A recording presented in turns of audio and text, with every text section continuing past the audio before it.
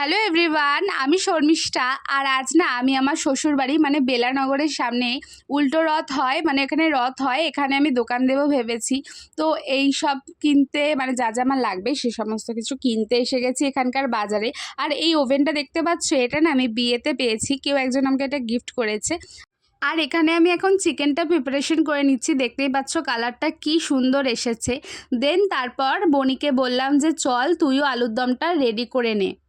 তারপর কিছু টুকটাক কাজ ছিল, দেন আমরা বসিয়ে দিয়েছিলাম বাসন্তী পোলাও।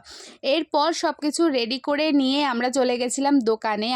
আর এখন যেহেতু 4:30 পৌনে 5টা মতো বাজে, তাই সবাই সবার নিজের দোকানটা গোছাচ্ছে, আর একমাত্র ভিড় শুধু জিলেপির দোকানে। কিন্তু তারপরেই এই মারাত্মক ভিড়টা হয়েছিল, তখনও পর্যন্ত মোটামুটি আমাদের সব কিছুই হাফ হাফ করেছিল, আমরা খুব টেনশনেই ছিলাম।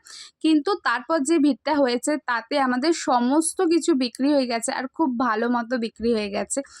আর তো এখানে আদিও চলে এসেছিল, ও এসেছিল রথ দেখতে আর খুবই মজা করছিল এসে। তারপরে আমাদের সমস্ত কিছু টুকটাক করে চলে গেছে, বিক্রি হয়ে গেছে। দেন আমরা সবাই মিলে এখন একটু খেয়ে নিচ্ছিলাম আইসক্রিম।